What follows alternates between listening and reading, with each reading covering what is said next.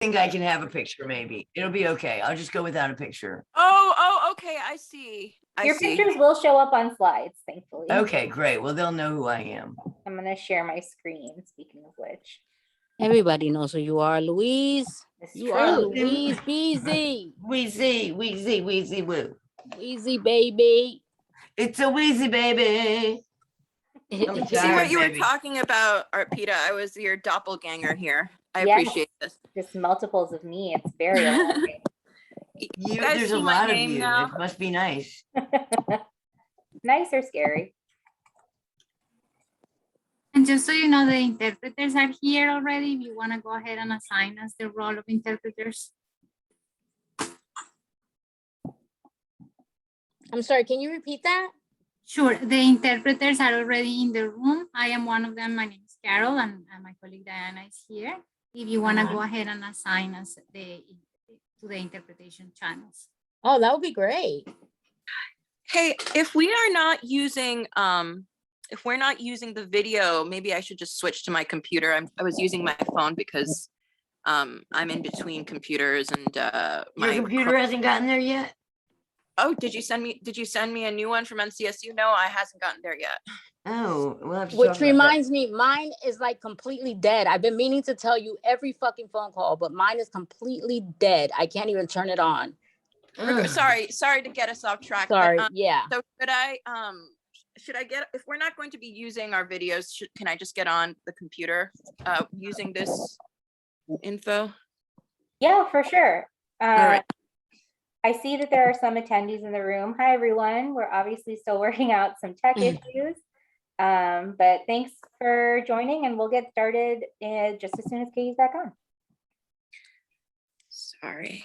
I have a question. Hi, this is Eliana from Album, the interpretation agency. We would need the host to send the interpreters to interpretation room. Welcome. Thanks for filing in. If you made it into our last session, you heard our best practice for, thanks team, for updating your name. Please find your name under participants and click on rename and add your pronouns and either affiliation or location. This will help everybody get to know who is in their region. And also have you on the Whova app. So please make sure to do your icebreaker in Whova. I'm not going to repeat the welcome that we had for the folks who were able to join us, but I do want to take a moment and acknowledge in traditional take root fashion that we are, as Aaron mentioned in the welcome, coming to you from unceded occupied land. Here in Kentucky, we're on the land of Hopewell, Osage, and specifically in Louisville, Shawnee and Cherokee people. I'm going to drop a link in the chat for everyone to find out whose land you're on if you are not already familiar. And if folks want to maybe add that to their check-ins in Whova, that could be a good way to acknowledge. So we are really excited about our opening plenary, which will be followed by a film that is relevant to our topic this evening. And then we get to have an exciting Q&A with filmmakers. So I have the pleasure of introducing our first presenter who will open up our plenary. Megan, I'm sorry to interrupt, but we need to... I believe that you all can choose a side-by-side gallery view if you're not able to see speakers, panelists, and the slides in your Zoom window. So I'm hopeful that we can all see Arpita as I get to welcome her for the upcoming panel for our opening plenary. So Arpita is the Policy and Partnerships Manager at the National Institute for Reproductive Health. At NIRH, Arpita supports state and local advocates to create and pass proactive policies like the Louisville Safety Zone. Also, to build foundational knowledge and encourage grassroots movements around reproductive rights and justice. Please make sure you check out Arpita's bio in the speaker bio section of the Whova app. And without further ado, I will pass it to Arpita. Thank you, Meg, and thank you to KHJN for hosting this conference and for allowing us to. Okay, I just noticed in the chat, and I want to lift up that the interpreters are trying to make their way Yeah, hi, in Meg. or I'm to not do sure an if you can intro. hear Do I me. have interpreters that can shout Meg? out? Yes, hi Meg. I think Eliana has been trying. Do you hear Thanks the everyone for interpreter? being with us while we learn about this aspect of I don't think virtual that she can hear conferencing. I us. don't think, Do you hear us? Can someone make me a host? I'm Eliana. Can someone please make me the host? And I will Meg, can you configure the hear us? interpreters. I don't think Meg is hearing. I hear you all now. I'm sorry. We have multiple machines in here. Thank you so much for your patience. Hi, No Meg. problem. This is Eliana from the Interpretation Agency. I would please need you to make me the host so I can send the interpreters to the interpretation room.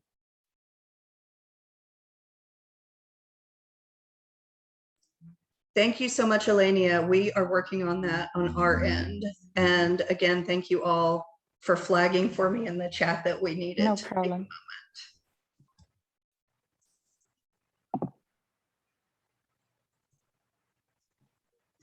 And so as we've just learned, we do have interpretation available. And as soon as we are able to enable that, anyone who would like to listen in Spanish will be able to select interpretation in the Zoom window, I believe. So thanks again for being with us. Thank you.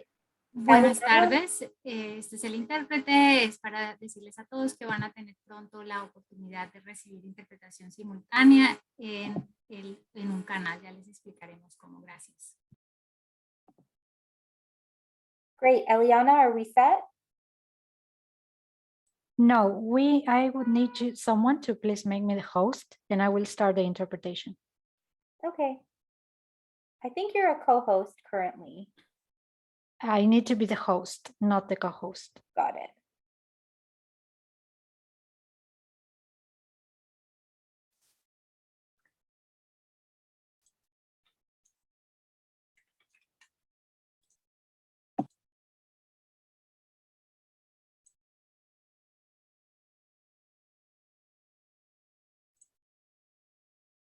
Okay, Carol, Diana, I'm going to go to the English channel. Please let me know if you can hear me.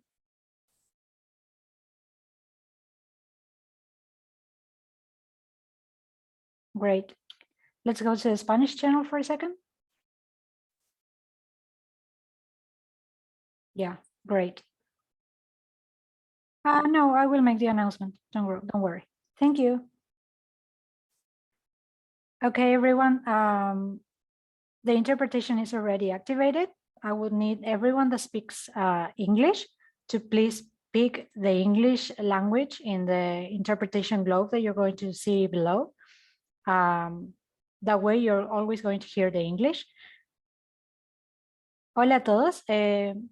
Si necesitan interpretación en español, les pido que por favor vayan al globo terráqueo abajo que dice Interpretation y que por favor seleccionen español. De esa manera ustedes van a poder acceder a la interpretación en español. Muchísimas gracias. We're good to go. Thank you so much, Eliana. Thanks, everyone. And I'm Arpita Appannagari. I, as Meg said, work for the National Institute for Reproductive Health. And I'm really excited to be here with you to moderate this panel. That's me. Here are some of the things you'll hear about today from our incredible panelists who will introduce themselves as we go through our quick presentation and into a panel discussion. So first up, we're going to hear a little more about reproductive harm reduction. What is harm reduction? How can we ensure that our movements are working together? We're going to hear more about pregnancy and substance use, including an incredible toolkit from the Academy of Perinatal Harm Reduction. We're going to hear more about narco-feminism, including how the organization North Carolina Survivors Union has used story sharing and storytelling as advocacy in their work. And then we're going to move into a panel discussion. I wanted to set context today quickly. Oh boy, sorry about that. I wanted to set context today quickly with this, not breaking, but this month's news story that a now 20-year-old woman in Oklahoma named Brittany Pulaw was arrested in March 2020 and convicted on October 5th of manslaughter for experiencing a miscarriage at 17 weeks. It's important here to note that Brittany was arrested in March and she has been incarcerated since. So she has been incarcerated for about a year and a half, awaiting sentencing, and now she has been sentenced to 4 years in a state prison. The prosecutors used Ms. Pulaw's alleged use of controlled substances as a way to pin her to the wall, as a way to paint her in a certain way. And they said it was the cause of miscarriage, even though the state's own medical examiner said that would be impossible to prove. Oklahoma prosecutors have been using the state's felony child neglect laws to prosecute and police pregnant people. This trend is happening all over the country. I'll be perfectly honest, I shared this story on Twitter and I got a number of folks responding first saying, wow, this is horrendous. This is so scary. How could we be doing this? And immediately afterwards, then getting responses from the same people saying, oh, well, she used drugs. Why would you leave that out? Or, oh my gosh, she used drugs while she was pregnant. She deserves this. And I really want us to sit with this story, to sit with the idea of a quote unquote perfect victim, and to sit within this context where just, 10 days ago, a young woman was sentenced to 4 years in prison for experiencing a miscarriage, and what that means for where we are already and what it means for where we're going. So I'm going to turn us over to Ria Tsinas from Perinatal Harm Reduction. Thank you. Hi, everyone. Can y'all hear me okay? I can't tell. I'm just really excited to be here, and thank you so much, Arpita. My name is Ria Tsinas. I use she, her pronouns. I'm from co-founder of the Academy of Perinatal Harm Reduction from Portland, Oregon. And you can read more about me on my bio later on, but thank you so much for having me, and let's get into it. Yeah, there you go.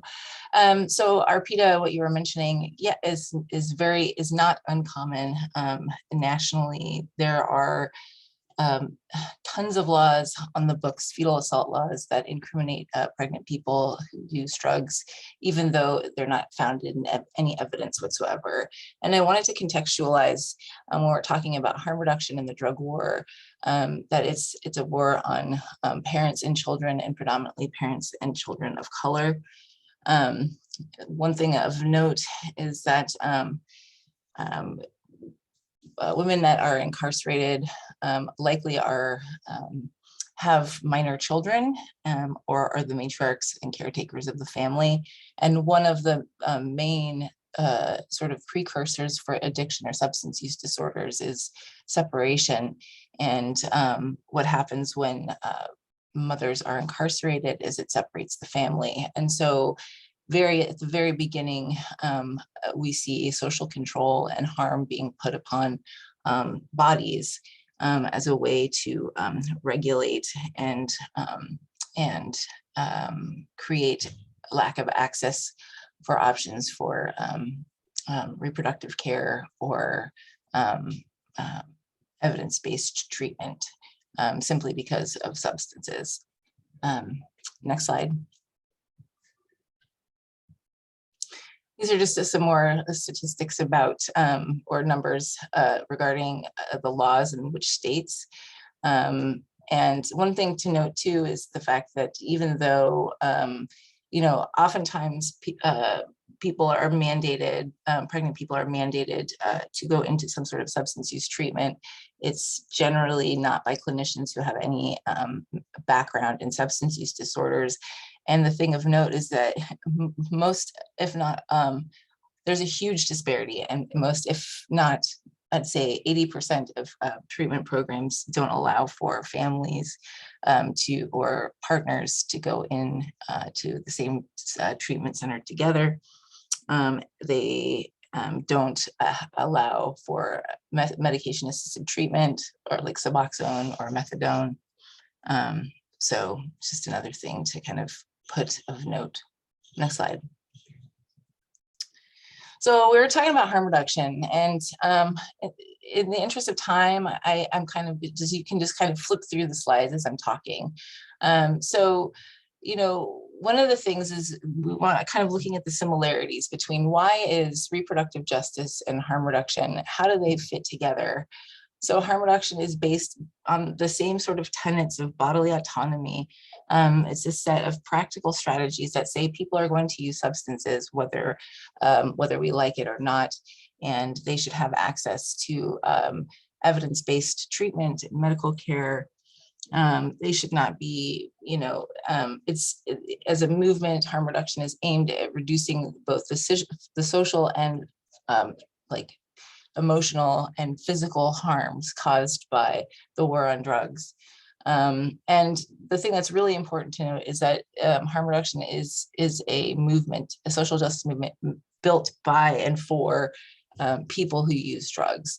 So, you know, syringe exchange is probably one of the most popular or common practices or things that people would most be aware or know about when it comes to harm reduction. So in the 80s and 90s, harm reduction became a kind of a household, well, not a household name, but it became more popular because of the HIV epidemic. And so what happened was people who use drugs were realizing that they were being left behind, and that their governments were not coming to take care of them, or recognizing that there was a high transmission and infection rate among people who use drugs. And so as a response to that, they mobilized and created unions, or junkie bonds, they call them, to take care of their own communities and dispense and hand out sterile equipment and supplies. So it's a bit of a brief origin. So as a result, so in response to that, we're talking about pregnancy and substance use and harm reduction. And one of the things is harm reduction has historically been a movement that was led by white cis men and has left pregnancy and reproductive care largely out of the conversation. And so one of the things that we noticed was that there had been no, harm reduction has never explicitly talked about how do you reduce harms during pregnancy. And so the organization that I am co-founder of worked with the National Perinatal Association to develop a toolkit for pregnant and parenting people who use drugs, and also for clinicians in order to create equitable health information, and also so people could know what their rights are. Even though there's it can be complicated because there's no one regulated mandatory reporting law across the United States. Most of the decisions that are made about pregnant people's bodies and their families rest largely upon opinion and the way people feel on any given day, which is really unfortunate. And so next slide. So when we're talking about reproductive justice, we're thinking about how does reproductive justice and harm reduction fit together, and both of them are have advocate for institutional change, systems-based change. Both are connected through stigma, through ties to through racism, through lack of access to safe treatment, through regulation. And so when we think about reproductive harm reduction, it's sort of taking those two movements and putting them together, and recognizing that they are both very similar, and the goals are, or demands in some ways, are parallel to one another. Next slide. And so, yeah, we can just continue on forward. I know that there's a lot going on. There's several other presenters, and so there's a lot going on here. So as I mentioned before, whether it was intentional or not, harm reduction's done a really terrible job of including reproductive health in its menu of services. And so when we were sort of mulling over these two concepts together, we kind of imagined or reimagined what that would look like. And there's only been one that I know of, center in Hawaii, actually, that was created with a harm reduction philosophy in mind. And so reproductive harm reduction, what does that look like? That looks like having access to care in syringe access programs, including social determinants of health, is part of primary care. Having access to housing security and food security, all of those things being available in one place. And so when this program was created in Hawaii, I was very astounded to find out that there was no, up until 2000, I think it was 6, there was no uniform policy, medical policy, to treat people who, predominantly it was methamphetamine in Hawaii. They during that time they were having a really a high usage of methamphetamine. There was no uniform policy for how to treat people who were struggling with a methamphetamine use disorder. And so they created this harm reduction clinic, inpatient clinic, and utilized, you can go to the next slide, and utilized all of the things that we're talking about that I mentioned: community-based care, and access to medication-assisted treatment, low barrier employment. But the other thing that's really important to notice is it's not just, we don't want to just focus on the social determinants, because health is defined also by larger legislative and policy change. And so reproductive harm reduction also advocates for a huge overhaul of mandatory reporting laws and CAPTA, which is a child abuse reporting laws.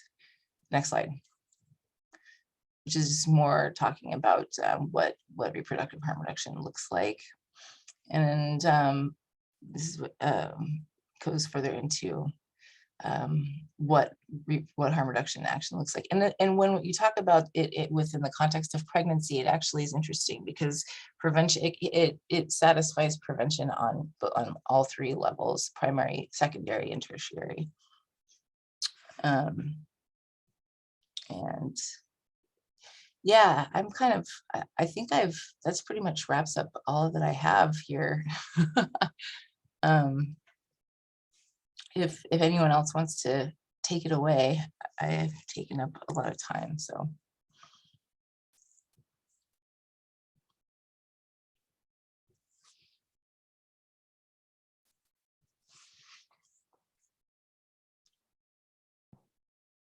Take it away, Dinah. I am trying to figure out this. Okay, here we go. So my name is Dinah Ortiz Adames. I normally go by Dinah Ortiz, which is my maiden name. And I'm not going to read you my whole bio because you can see it up there. But for the most part, I've been basically representing parents and formerly incarcerated women for over 12, 13 years. But my expertise lies in the mediums of harm reduction and reproductive justice when representing mothers who are marginalized and use drugs. And in my quest to kind of find out more information about why is it that the movements were so kind of, they were so unaccepting of us, right? In the beginning, I interviewed several women that have been around way longer than I have. And one of the women that I interviewed was Tina Reynolds.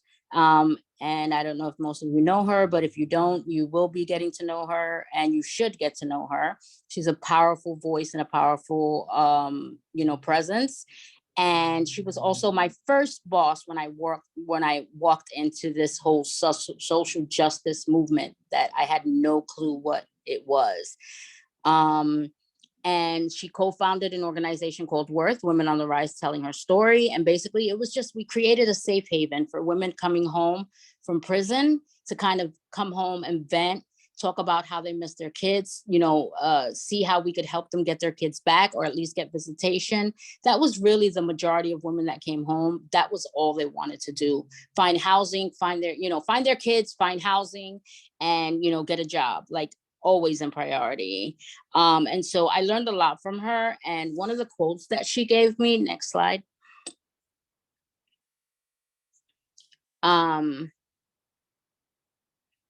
When the criminal injustice movement started 20 years ago, we struggled with inclusivity of all those impacted by the prison industrial complex. There were challenges of coming together nationally as a people with certain systems, mandates, parole, probation was unheard of. The movement, mostly led by and focused on men, was initiated with the absence of the reality or concern for others, women, LGBTQ+, youth, indigenous folk, who were just as vulnerable to these systems. Slide. Pregnant and laboring people were not on the radar. Society did not know that women went to prison pregnant, had the right to be safe during pregnancy, during pregnancy and during incarceration, or weren't being cared for humanely in labor. They just weren't seen. Virtually invisible to everyone, the war on people, and I'm just, adding my own words here, but her quote is the war on drugs, exacerbated the rise of incarcerated people, pregnant people. The negative statements within the media, sentencing structures, and societal and legal justification was that pregnant drug using folk deserved the hand they were dealt and did not deserve to be parents. Unfortunately, the movement in some ways agreed. After all, most of the leaders were abstinent from using drugs. Still today, with how many years they have been clean, quote unquote, or how many years they have not used to validate their being accomplished and deserving of leadership and accepted by society. Unfortunately, this stance, while valued in some settings, does not make space for healing, inclusivity, and voice for those pregnant and using drugs. This is still a challenge today because of moral judgment. The judgment people make of drug use while pregnant, which is often focused on the fetus, not including the pregnant person, how viable their voice and experience is to strengthen and validate the movement. My next quote is from Erin Miles Cloud. She is my mentor, and she is the co-director of Movement for Family Power. I work with Erin very close over my 10 years at Bronx Defenders, and our relationship has grown, our friendship has grown, and just the information and the knowledge and the gems that she shares with me are priceless. And so I wanted to be able to share some with you. A little over a decade ago, I realized that the conversation about marginalized marginalized genders was really limited, that often mainstream media focused on the rights of middle and upper class white women. Drug policy almost exclusively, this is at the inclusion or worse, villainization of Black and brown pregnant people who use drugs. I began asking people why they believed there was such a deep subordination of the plights of Black and brown pregnant people who use drugs. Overwhelmingly, the answer was racism. Racism in the ways philanthropy funded social movement building. Racism in our own political understanding of feminism. Racism in the very institutions that purported to be allied to POC. The reality is that the war on people is pervasive. It lives in all of us, including our nonprofits, our minds, our philanthropic support. So it is unsurprising that we have categorically included Black birthing people who use drugs, because to include them in mainstream activism would be to confront the war on people within ourselves and our own activism. To censor Black birthing people who use drugs would mean to unravel the very neoliberal politics that keeps so many people employed and feeling safe. It is an imperative that we make this shift. And so before Louise goes on, I just want to put all of this into context, right? These are women that I have learned from, that I have grown from. They've each given me gems that I take with me to this day. I am an expert in my field, but they are an expert with much more time in the fields that they're in. And what I have seen in all of the years of representing parents is that the majority of parents lose their children to the child regulation system due to neglect, which is a very, very broad term. And I want you to look that up to see how broad it is. But the neglect, drug use falls under that neglect. And so then they will not be able to work around children, be around children until their youngest child is 28 years old. And so this system is basically built to the way it was designed, right? It works the way it was designed to work. And all I'm asking is for people to reimagine what we would look like as a society and as a community if we were to embrace our neighbors instead of always thinking about punitive measures to make them do what we want them to do. And so I really appreciate your time, and I'll pass it on to Louise. Thank you, Dinah. So my name is Louise Vincent, and just a little bit about me. I'm the executive director of North Carolina Survivors Union and on a leadership team of Urban Survivors Union, a national drug user union. I myself am a mother of two girls, and one of them is died of an overdose in a treatment center, and the other is college age and doing great. But I am very much connected to this topic and very much connected to this to this work. Next slide. I am here today to talk a little bit about something that's really exciting to me. It's this concept of narco-feminism. And narco-feminism isn't an organization. It isn't any one thing. It's a campaign. And it's a campaign for the feminist who uses drugs, right? That was the idea. And this started in Eastern Europe. Next slide. Judy Chang, who is the executive director of the International Network of People Who Use Drugs and a mentor of mine and a dear friend, said, women who use drugs need our space and voices heard. There is a movement, one of narco-feminism. We are coming together, caring for each other, mobilizing and organizing, coming out at conferences to demand self-determination and empowerment. For feminism to move forward, it must resist and challenge outdated norms that are incompatible with real-world realities. If the claim of feminism is to stand up for women, it must be to stand up for all women. And isn't that what Dinah and Ria are talking about? This idea that these movements have left, the idea of all women behind. So narcofeminism is not just about story sharing. It's about, because we have this narcofeminism story share model that we've created, but it's not just about sharing stories. And that's really important. It's about disrupting current narratives through our story sharing and centering structural factors. So we've used this narcofeminism model on hepatitis C, overdose, methadone reform, and now reproductive harm reduction. And I've got to say, reproductive harm reduction has been some of the most demanding work that we've done in our groups, and really taken us to some places that I've got to say, man, it's changed the way I think. It's changed the way I feel, and it's really promoted some healing that I did not expect in my own life, because harm reduction didn't allow me a space to be a mother, a pregnant and parenting mother who used drugs, right?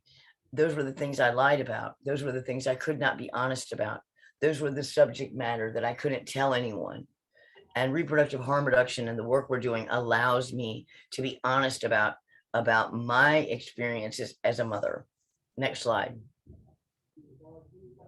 We've worked on developing this model for like 4 years, and we've held groups and developed this method for many subjects that affect women. And I just went over some of those. We needed a model to disrupt the current narrative, and there's a reason for this. Next slide. What we were finding out is that when people share stories, especially people affected by substance use and incarceration and all of these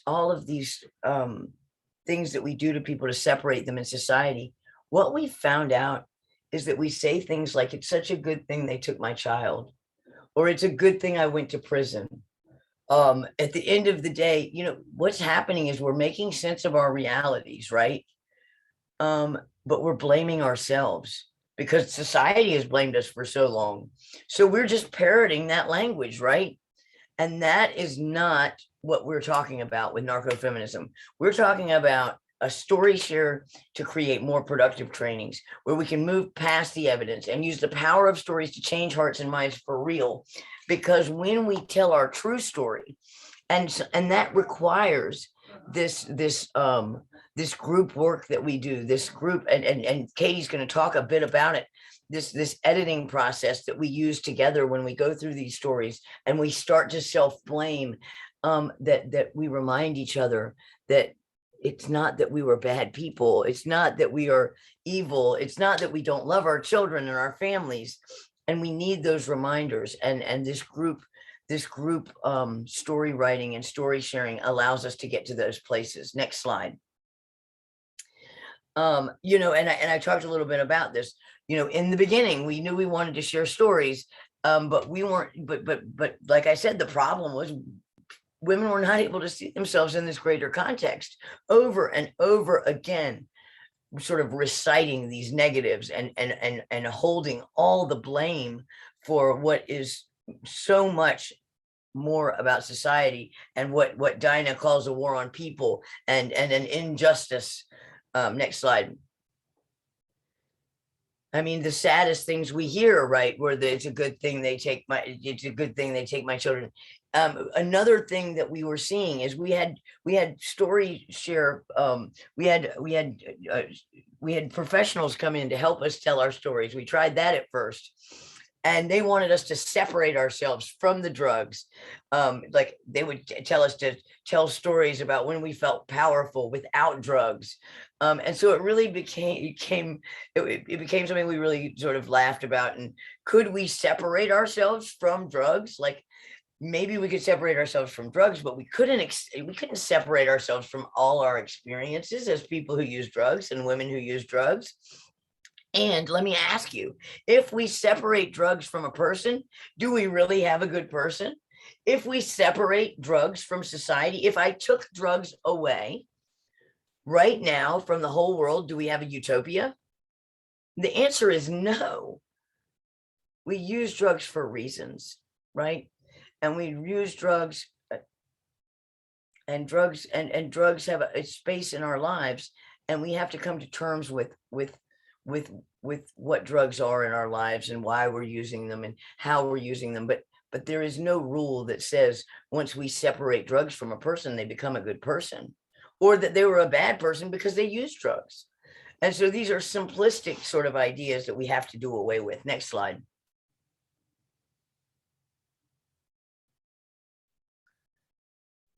The problem with story sharing projects, not only are we trying to understand ourselves in a society that criminalizes us, we are conditioned to believe that we are two people, the good person we can be and the drug using person that is responsible for our immoral and negative behavior. We're told over and over again that in order to have purposeful lives, we'll need to use leave our drug using selves behind and return to the good person who is unable to come out while we consume drugs and alcohol. And I call bullshit on that. You know, this is something that's been going on. I realize that my entire life I've lived during a drug war.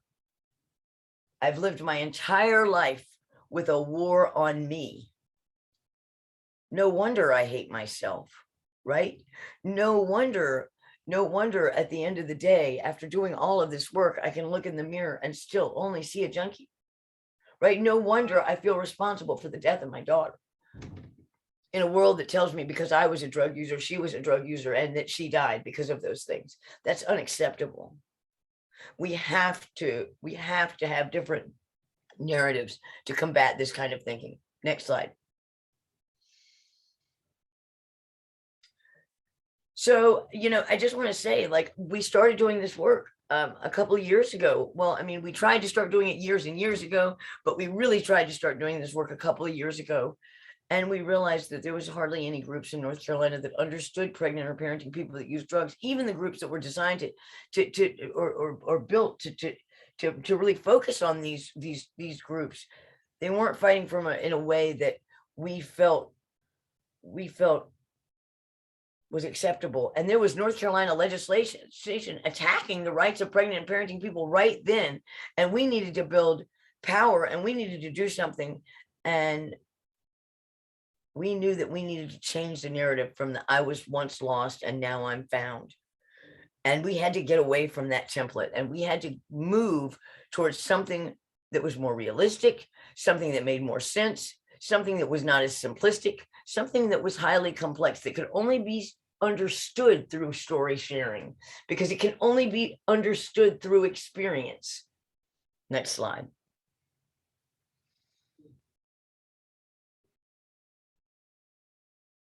You know, even our harm reduction programs were completely lacking. You know, women's programs simply don't exist in many local drop-in centers. Childcare is not offered. Programs to help women navigate social services are rare. And simple products for women are missing from many programs. You can't even get tampons.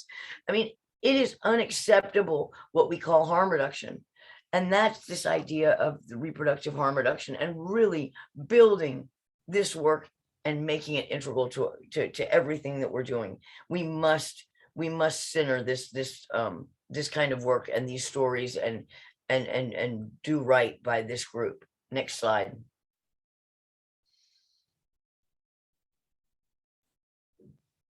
Yeah, narcofeminism. It's the goal of North Carolina Survivors Union to change this.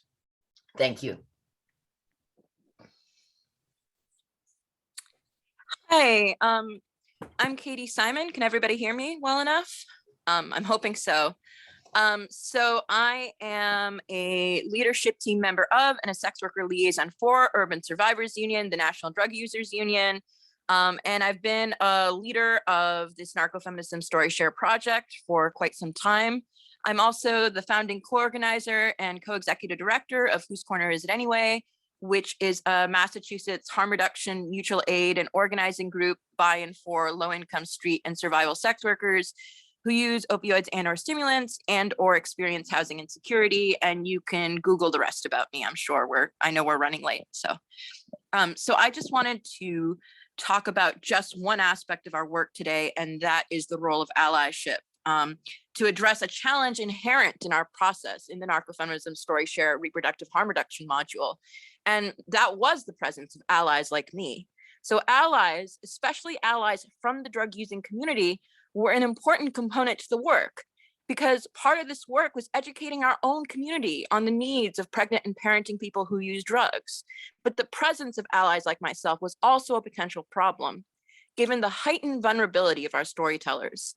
As a childless person who uses drugs, I had to remember I represented some of the people that had hurt our storytellers the most, people from their own community who knew they could at least look down on parents who use drugs. Next slide. So I and the other allies, or should I say accomplices, had to remember that people were trusting us with their families by telling us these stories. Confidentiality and sensitivity were even more paramount than usual. Even those of us who were also used criminalized drugs had to keep in mind that we had so much less to lose. Next slide. Drug user culture still has a really strong element of anti-family bohemianism to it, especially white middle-class drug user culture. I had to educate myself further on reproductive justice and interrogate my own respectability politics. This bohemianism can carry a strong element of elitism in its nonconformity, which doesn't acknowledge how central family and children are to working class and lower class lumpen people and to people of color. I needed to do a lot of thinking throughout the narco-feminism story share reproductive harm reduction module on how, yes, I was a person who was happy being child-free, but my own respectability politics had played into it. Deep down, a lingering belief that it wasn't responsible for potentially childbearing, drug-using people to have children played into my decision not to have them. And that played into my own breeziness and lack of thought and care about drug-using parents and pregnant people in my work, even though I had been exposed to low-income rights organizing communities, which were deeply family-centered from early on in my youth. And thanks to my co-organizer and our parent organizers, my local group for drug-using sex workers is actually very centered on parents who use drugs. Next slide. So this material affected all of us deeply, accomplices and allies, as well as parents and pregnant people. As Louise told us, you may not know what it is to parent, but you know what it is to be parented. This developmental topic matter about families and parenting cut to the core of us and sometimes evoked our earliest traumas. I had to try to be self-aware. Being deeply affected, I and other allies had the potential to be volatile at times. So it was doubly important for us to monitor ourselves and not take too much space away from storytellers who are parents due to the strength of our reactions. Next slide. It never hurts to remind ourselves as allies, as a general rule, to shut up and listen more. Another important thing to remind ourselves is that we just didn't get it. None of our experiences were analogous. As childless people who used highly criminalized drugs, we may have experienced drug user shaming, medical neglect and mistreatment, criminalization, stigma, the works, but we still just didn't know what it was like to be as reviled as a parent who uses drugs is. The humility involved in reminding ourselves of that became very important to our process. In the project, our insider and outsider statuses intersected. My status as an insider, as a woman who used drugs, could sometimes lull me into complacency, making me believe that I understood what it was like to experience yet another level of marginalization. But truly, I never could completely understand, and I had to remember that.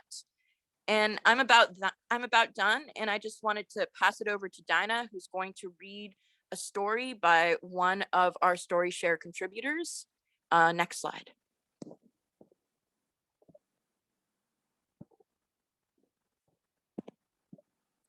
If we I'm could, sorry, give me 1 second. I was on mute.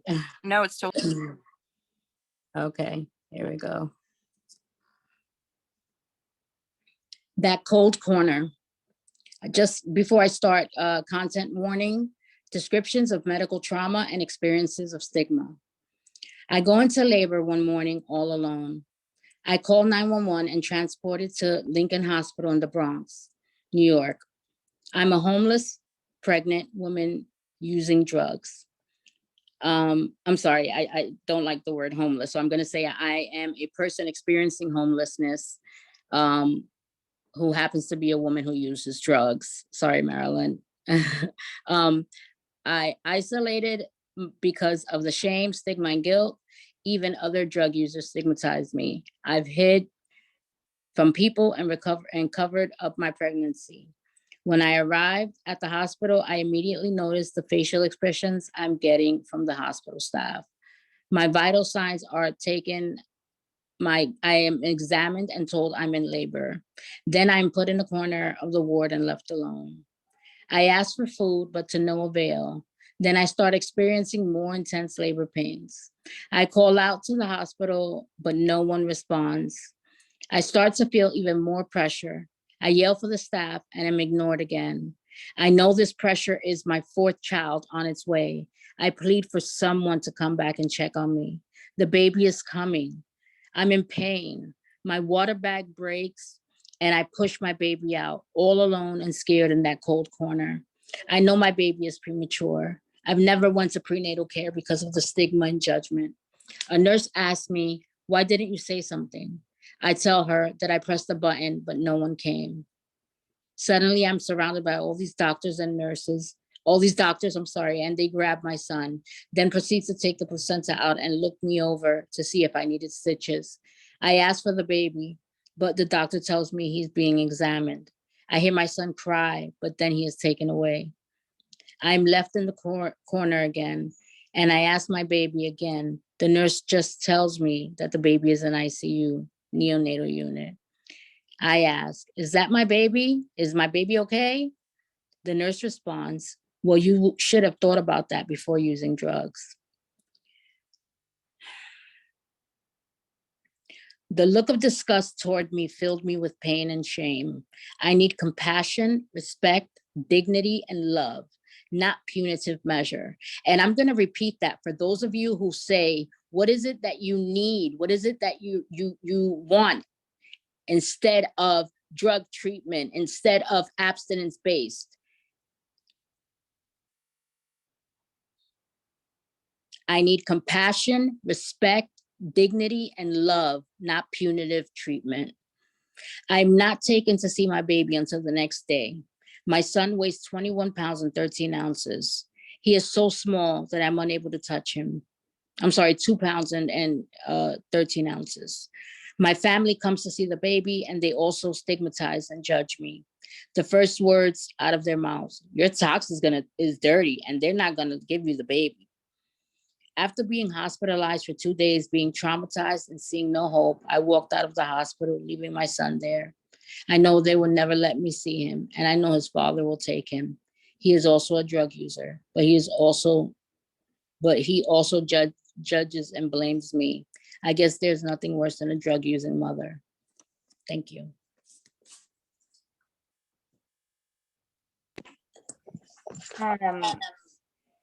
I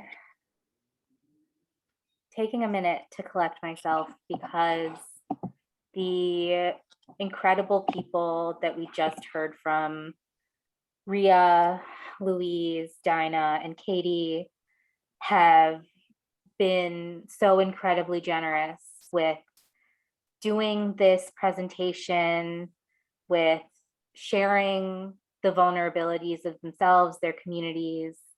And I'm collecting myself from that.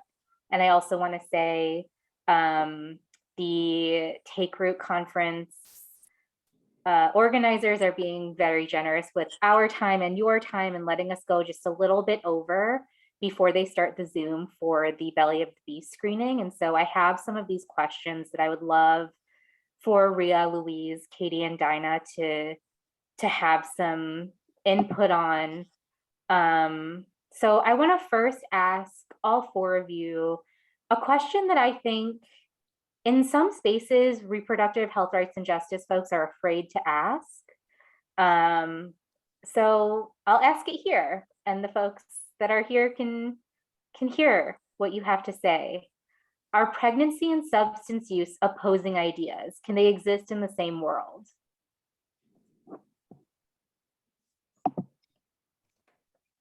Do you just want us to answer? Oh, yeah. I think they can absolutely exist in the same world. And I think they already do exist in the same world. It's the way we talk about substance use, right?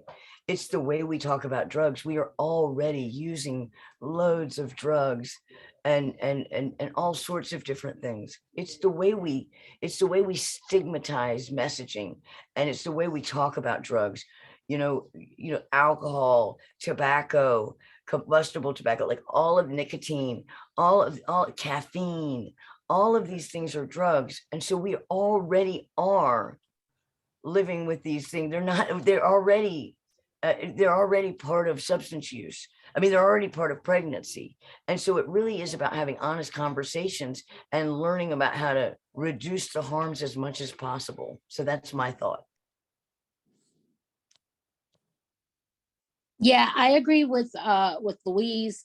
The thing is that it's okay if we are affluent and we post pictures of ourselves holding our children on our laps and we're drinking a glass of wine. But it's not okay if we have our children on our lap and say we're doing, a bag of Coke or we're smoking a blunt, right? Like that just think about that for a second and picture that and tell me what is so wrong with that. Because not so long ago, alcohol was prohibited. And it was unfathomable to think that you could be seen or even much less take a picture with your children drinking a glass of alcohol. And that's where we need to get to the place where people they have the autonomy, and we should stop penalizing them for doing what it is they want to do. If they are not neglecting their children, which again is a broad term, if they're not harming their children, then why are we telling them what to do and how to parent their children? It is because the drugs are criminalized, and because it is meant to show the most marginalized in the worst light.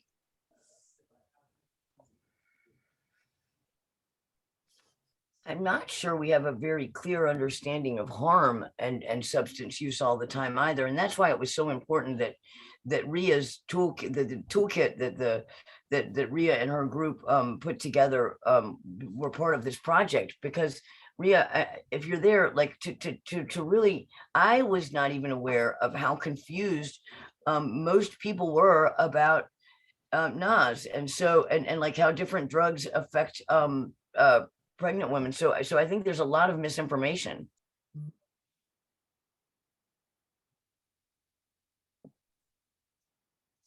Yeah, and I see Erica Goyer from Perinatal Harm Reduction, for the Academy of Perinatal Harm Reduction, is in the chat doing the Lord's work and just dropping links upon links. So I hope that folks are taking a look at those as they come in. The next thing I would love to hear from you all about is abstinence language and drug use. So in a room full of reproductive health rights and justice advocates, organizations, organizers, when we hear abstinence only, we're all shocked and appalled. But if we were to walk into a room where folks were using abstinence language to talk about drug use, I don't think that the same reaction would come from the room. So, unlearning those associations and figuring out how we talk about substance use and pregnancy and people who use drugs while being led by people who use drugs is something that I think the reproductive health rights and justice movement is crying out for. So can you all talk to us a little bit about abstinence language and drug use? And, Louise, you touched on this a little bit. Caty, you did too, about unlearning the associations that even people who use drugs have with abstinence language, and how we can be sure to be creating person-centered messaging when we're talking about drug use, pregnancy, substance use. I can take this one, Arpita. Awesome. I think that, abstinence-based language kind of comes from our cultural sort of love affair with the binary, like either or, good, bad. And really, like, there's been so much research that's been done about how what we say sort of is reflected in how we behave and the policies that we create. And like, for example, when we talk about clean or dirty, or with urine drug screens, or even with people who are in recovery, who might be experiencing a period of abstinence or remission. We refer to it as being clean or dirty. Or, you know, for example, when a neonate is born substance exposed, it might be referred to as born addicted, which addiction is a set of behaviors which is characterized by, increased tolerance, or, any negative impacts or social impacts that your substance use may have on your own personal life. But a baby can't be born addicted. And then what happens is we end up stigmatizing, it's another generation of stigmatization, and stigmatizing the baby who is just sort of completely innocent in the situation. So, I think how you can unlearn it is recognizing that, separating people from their pathologies and recognizing that we're human beings. No one is diabetic. No one refers to a person as being high, like I am diabetic, I am, whatever, I am heart disease, if you subscribe to the medical model of doing things. So I think it's just like humanizing people's experiences and recognizing that, we all sort of exist on a continuum. And just as we don't use bigoted language within spaces regarding race or sexual orientation, I think we need to sort of shine that light on drug use and the impacts that language can have on our policies and on situations where we're talking about pregnancy and parenting as well. And on pregnant and parenting drug using people themselves, I mean, best practice is for opioid using mothers to be able to get on opioid agonist treatment. But I have had so many conversations with members of our local group where, people are convinced that what they need to do is to cold turkey off of opioids, even though that places them at such a heightened overdose risk while they're pregnant. So people internalize this language and these messages and increase danger to themselves because of these negative messages, in a society which already oppresses and reviles them. I just have to repeat the cultural love affair with the binary. I love that, Ria. Like we do, it's got to be either or. This is so much more complex than that. And we've got to get to a place where we can do that, where we can have these, you're not all the way sick or all the way well. You're not this or that. It's so much deeper that. And I want to reiterate something that sometimes Ria is really good about talking to me about is, we are not encouraging people to use drugs while they're pregnant. That is not at all what we're trying to do here. We're not saying that's good at all. What we're talking about is harm reduction, and harm reduction is about reducing harm, right? And it's about finding that reduction of harm and increasing the power of positive and what we can do together. And I just have to say that we've got to find language that support real live support for people that use drugs. I remember being pregnant and afraid and terrified because there was not support, because the support that said it was support, I knew damn well it wasn't support. And so does everybody else. And so we've got to find some language where people feel where they don't feel so afraid. Yeah, thanks, Louise. And I just wanted to run back real quick to the language part. It's funny because every time I present somewhere, they're always asking me about language. And at this point, we should know that there's certain terminology that we should not be using, right? Those within the harm reduction movement, those within the mass incarceration movement, those who are our allies, like we should know these terms. And so having to say them over and over and over again is really frustrating, because this is not something new. It's treating somebody with empathy, right? It's not othering that person. So it's not exclusive to harm reduction. It's just centering that person. And we do that in every topic that we have on every, on a daily basis. And so if we just look at drug users the same way and we look at harm reduction the same way, it shouldn't be so difficult to kind of center that person and use person-centered language.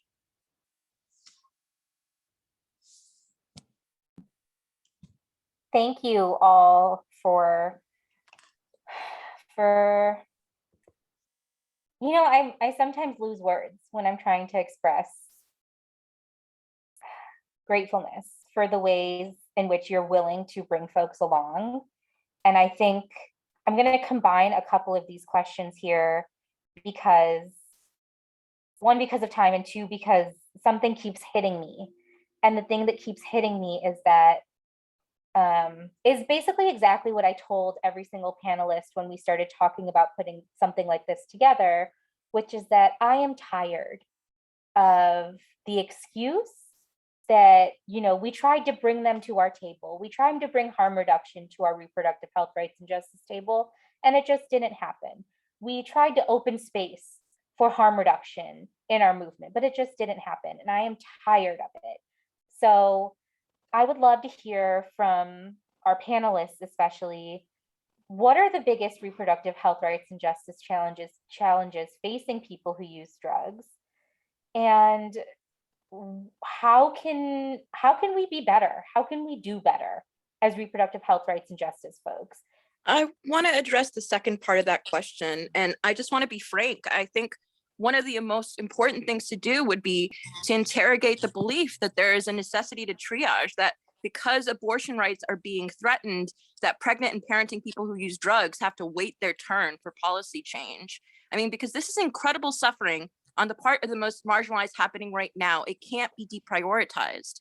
And the federal government has finally explicitly acknowledged harm reduction as a priority to some extent. We need to move now against these trends in which a rapidly growing part of the prison population are women and or people assigned female at birth, mothers or custodial parenting people. We need to move against the trend of legislation which would accelerate family separation, intensify surveillance, and in the extreme, interpret prenatal drug use as assault, or even in some cases, I've heard of attempted homicide.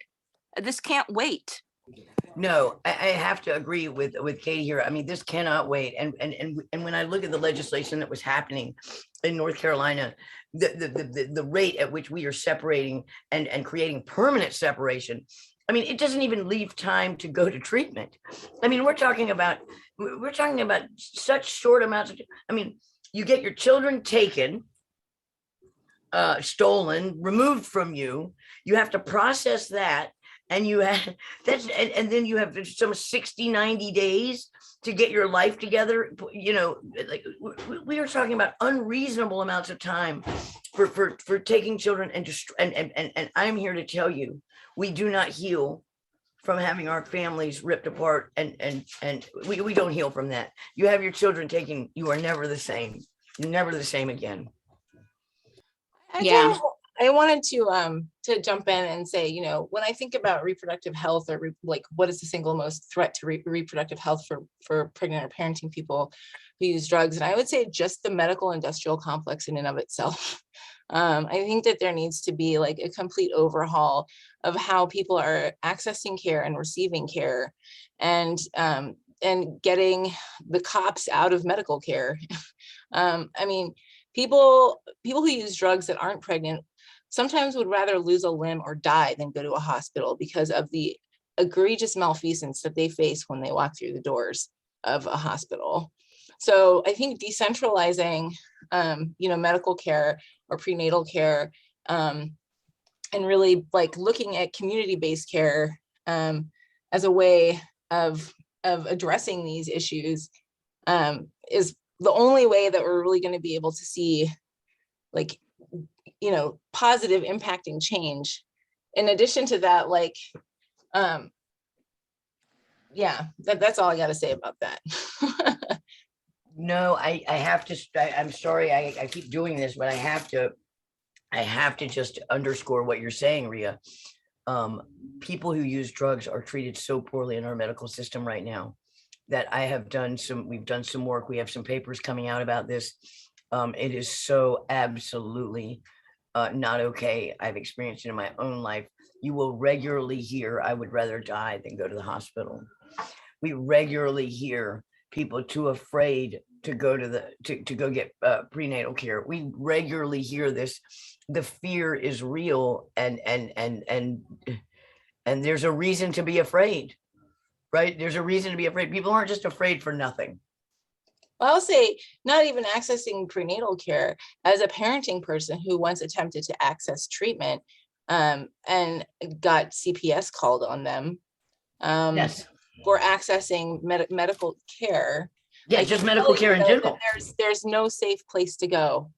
And the only way that, and so you're creating a culture of hiding, you're creating a culture of death.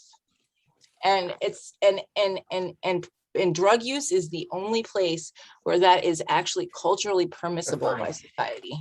He fucks with everybody. He's gonna. I think Louise is talking about. Sorry, I got people in my office. I'm sorry about that. No, you're fine. We're about 15 minutes over, and I think ending on the note that this is life or death. This is happening right now. We started, this presentation with the story of Ms. Brittany Pula, a Native woman who has been sentenced to 4 years in prison for experiencing a miscarriage at 17 Oh, weeks. Jesus. We started with that.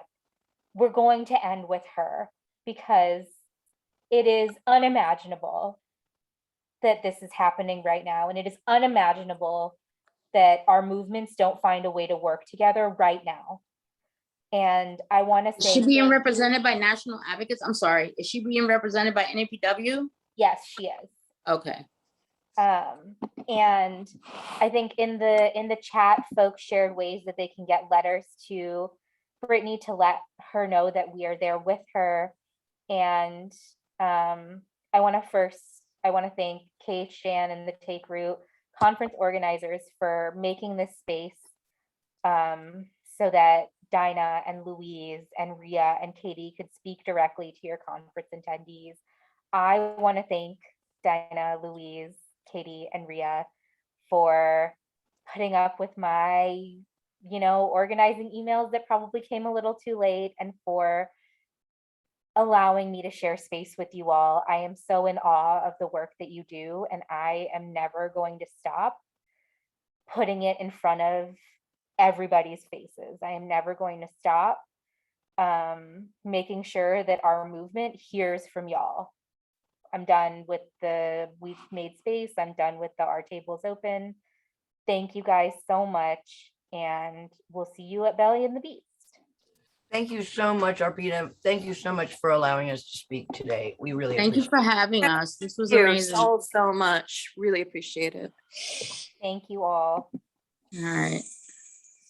Be well. Thank you so much.